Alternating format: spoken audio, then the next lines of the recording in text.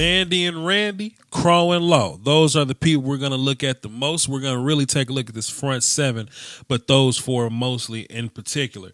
Looking at my notes, man, I got a couple plays from Jaylon. You know, there's an Antoine Woods in there somewhere, but mostly those four guys. Let's take a look at your rookie first, man.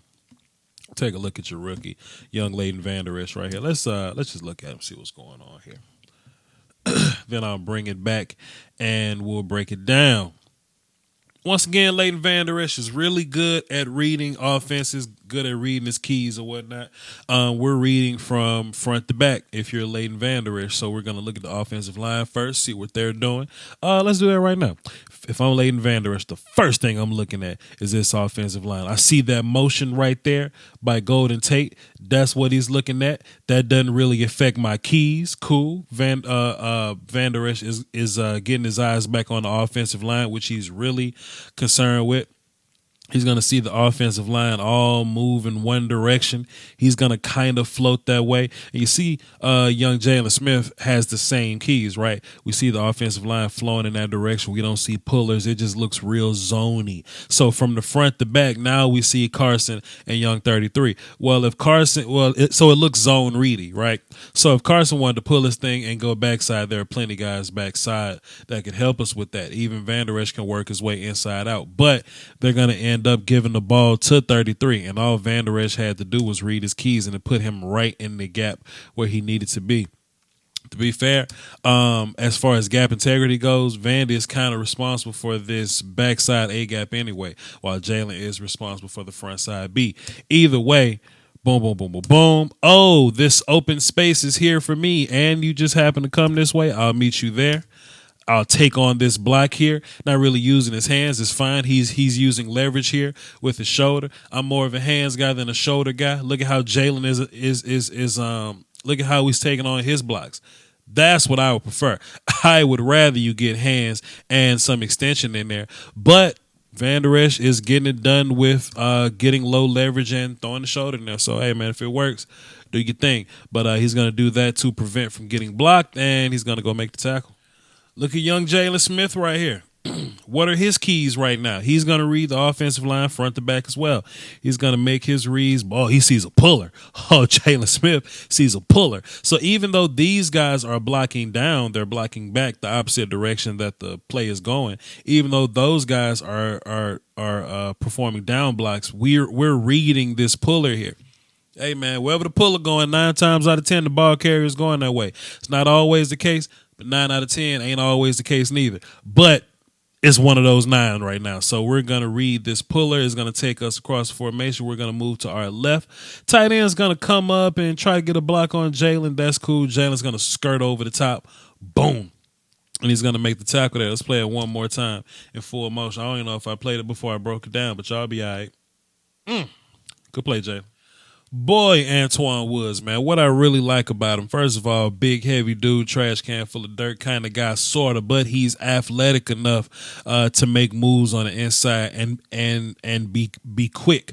What I also saw from him, I saw great use of hands. What I also saw from him was his vision. He kept his eyes on the ball carrier the whole time. Let's take a look at Antoine Woods, and I'll bring it back and talk about it. Okay, young Antoine Woods. So this is what happens here, right? He's gonna line up in this A gap. He's a bit staggered here, not staggered. He's a bit cocked to the inside. That's fine. 73 is gonna kind of get a base block, down block on him, right? What they're trying to do is they're trying to move everything to the left here. So 73 is going to base block, down block to the right, so we can get this puller, this center. He's gonna try to pull and wrap to Jaylon Smith here, but Antoine reads that. Antoine reads it. He's looking at the backfield. He's following the ball carrier. That same read option kind of look, right? The ball carrier is coming left. Antoine Woods is going to put himself in position to go left. Antoine Woods runs into a little bit of engagement here because 73 just won't die. Cool. We're going to engage you, and I'll ride you all the way to 33 if I have to. This is what I like about Antoine Woods. Look at his helmet. Look at his eyes. He still has eyes on 33. So when 33 plants his foot and goes the other direction, oh boy, Antoine Woods does as well. He's going to perform a move to get rid of 73, come back on the other side, line up on 33, and bring him down. Let's watch it in full speed just to have a better appreciation for it. Get your ass out the way. Get the kid on the ground. This clip won't be long, but I just want everybody to look at my son Randy Gregory, right? All of your Cowboy YouTubers, where we basically made the same point over the last few weeks that we all said about Randy Gregory that when he comes back into the fold, maybe he won't be as ready or as polished as he possibly could be. But the more he plays, the more he'll grow. And we've seen in these last couple games that Randy, as a pass rusher, has kind of out pass rushed D-Law, so to speak. I just want y'all to I don't even want to break this down too much. Just take a look at Randy and just look at this. Ain't a sack or nothing like that. This ain't a sack. It's not a pressure. But just look at what we mean by, man, Randy may not be ready now, but wait till he gets his pass rush legs up under him, man. Just look at Randy's ball get off. Look at his bend. Look at the violence in his hands. Just look at him. Ball snap, Randy's right there. Randy's moving when the ball snaps. And just, boy, attacking that outside hand, but the bend.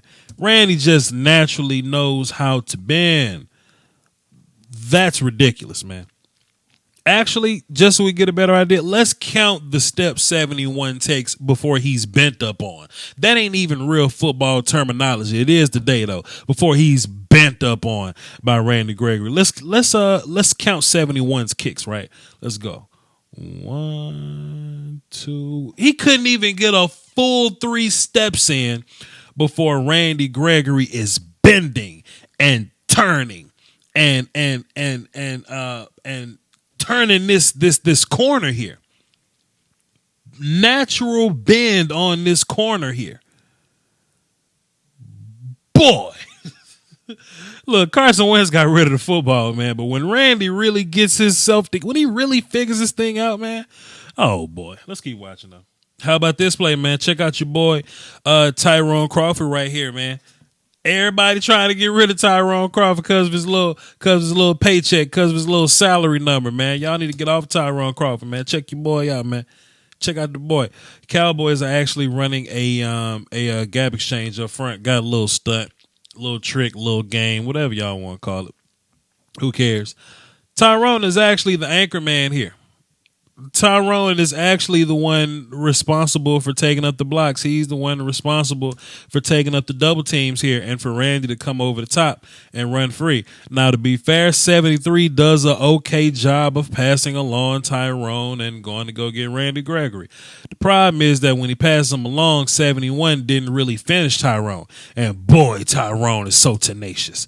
Oh, Tyrone's tenacity just worked so well here. He's going to crawl to young Carson Wentz. He's going to crawl to young Carson Wentz and force that daggone fumble. And we just going to jump on a huge turning point in this game. Take a look at it one more time in full speed, man. That is nasty sauce. That puts the nipple on the titty. That puts the satin on the panties. That's speed, strength, and ass whoop right there.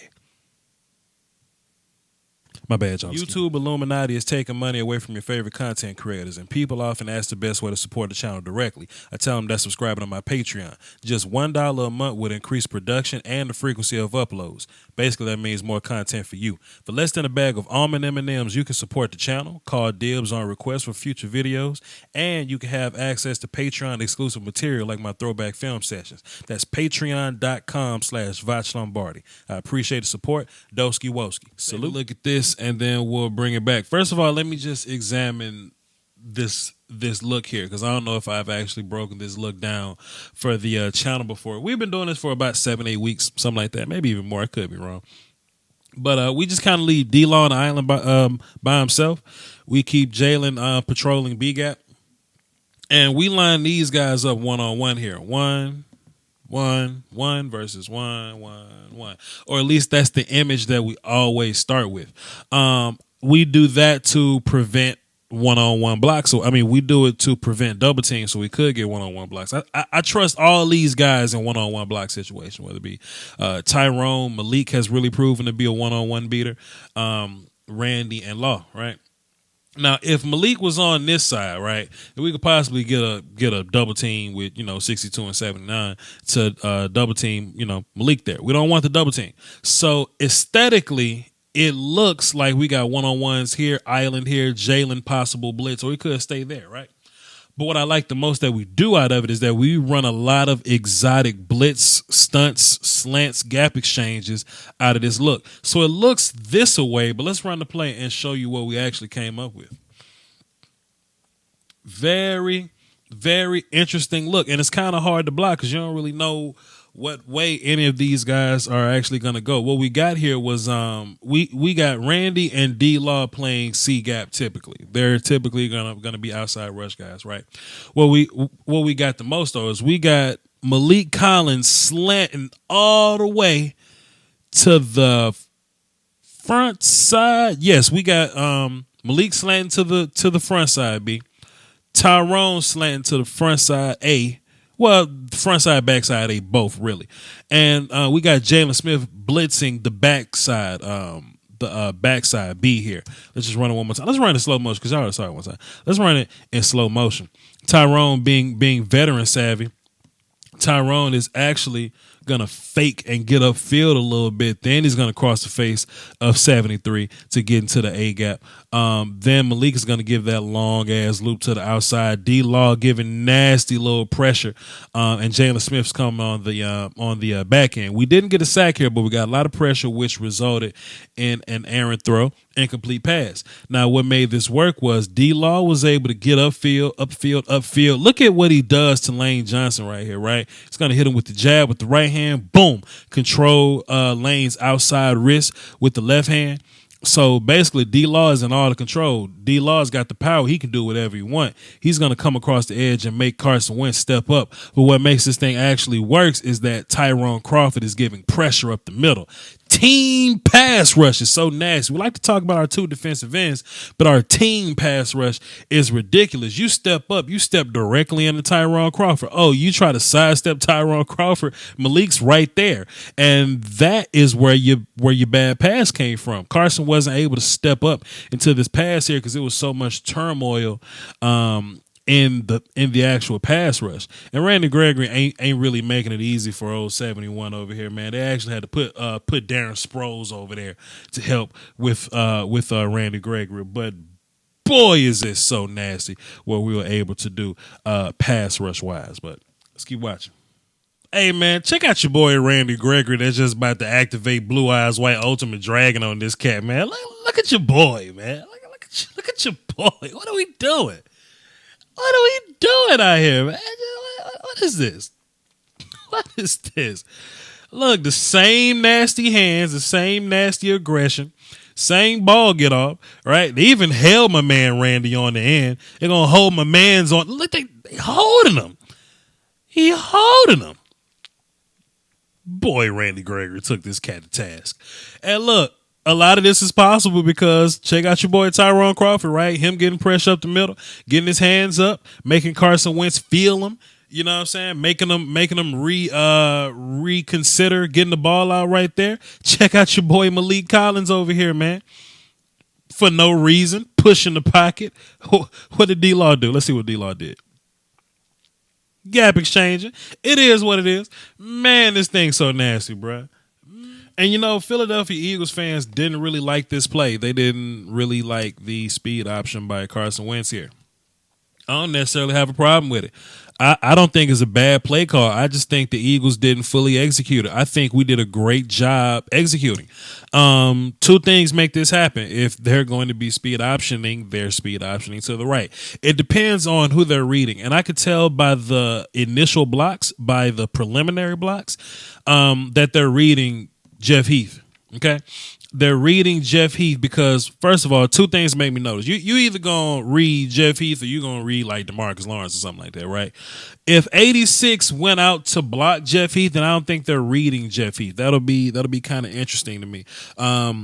If that was the case, then we would be reading Demarcus Lawrence, and 65 would be climbing to Vander Esch. But what I saw was they made 86 climb to Vander Esch. Lane Johnson ended up blocking D-Law, and Jeff Heath ran free.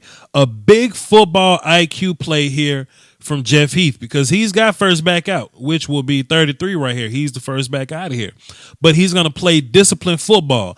Now, if Jeff Heath would have saw Carson Wentz with the daggone football, and if Jeff would have played Carson Wentz, and the Eagles get a block on Vander Esch here, then Carson pitches the ball to 33, and 33 gets to run up the daggum sideline and have a one-on-one with Cheeto here, right? But no, they let Jeff Heath run free. He stayed horizontal, vertical, sideways, lateral. He stayed horizontal. He played 33, and it forced Carson Wentz to play the ball. Let's look at D-Law. D-Law could have easily got blocked here. Okay, if D-Law gets blocked here, Carson Wentz gets to run the football, and he'll have a one-on-one with Cheeto or Vander Esch.